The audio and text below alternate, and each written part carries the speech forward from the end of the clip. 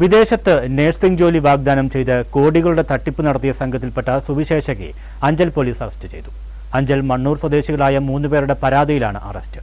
കോതമംഗലത്ത് പ്രവർത്തിക്കുന്ന grace international recruitment UK and India എന്ന സ്ഥാപനത്തിന്റെ മറവിലാണ് 4 സംഘം തട്ടിപ്പ് നടത്തിയത്.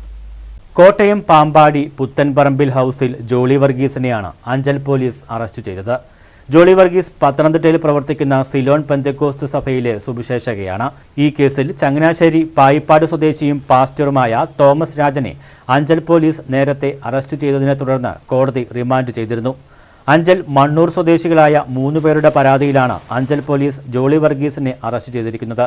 2022 അഞ്ചൽ മണ്ണൂരിൽ പെന്തക്കോസ്ത് സുവിശേഷകയായി പ്രവർത്തിച്ചു വരുന്ന സമയം മണ്ണൂർ സ്വദേശികളായ 3 പേരിൽ നിന്നുമാണ് UK-യിൽ നഴ്സിംഗ് ജോലി തരപ്പെടുത്തി നൽകാമെന്ന വാഗ്ദാനം നൽകി 28 ലക്ഷം രൂപ ജോളി വർഗീസും സംഘവും കൈക്കലാക്കിയത്. കോതമംഗലത്ത് പ്രവർത്തിക്കുന്ന grace international recruits UK and India എന്ന സ്ഥാപനത്തിന്റെ മറവിലാണ് 4 സംഘം തട്ടിപ്പ് നടത്തിയത്.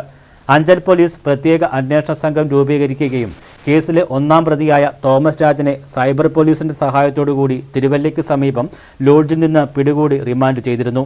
സംഭവത്തിൽ ഒളിവിൽ പോയ ജോളി വർഗീസിനെ പത്തനംതിട്ട കുഴിക്കാലയിൽ നിന്നുമാണ് അഞ്ചൽ പോലീസ് പിടികൂടിയത്.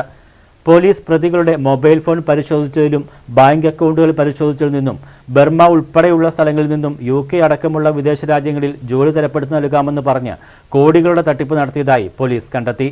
നഴ്സിംഗ് ജോലിക്ക് മാസം 2 ലക്ഷം രൂപ മുതൽ 3 ലക്ഷം രൂപ വരെ വാഗ്ദാനം നൽകിയാണ് പലരിൽ നിന്നും ലക്ഷക്കണക്കിന് രൂപ ഈ സംഘം കൈക്കലാക്കിയത്. കോതമംഗലം, മുണ്ടക്കയം, നെടുങ്കണ്ടം, മരുതമംഗലം തുടങ്ങിയ പോലീസ് സ്റ്റേഷനുകളിൽ പ്രതികൾക്കെതിരെ നിരവധി സമാന കേസുകൾ നിലവിലുണ്ട്. അറസ്റ്റ് രേഖപ്പെടുത്തിയ പ്രതിയെ കോടതിയിൽ ഹാജരാക്കി കോടതി റിമാൻഡ് ചെയ്തു. കേസിലെ മറ്റു 2 പ്രതികൾ ഒളിവിലാണ്. ന്യൂസ് ബ്യൂറോ, കൊല്ലം.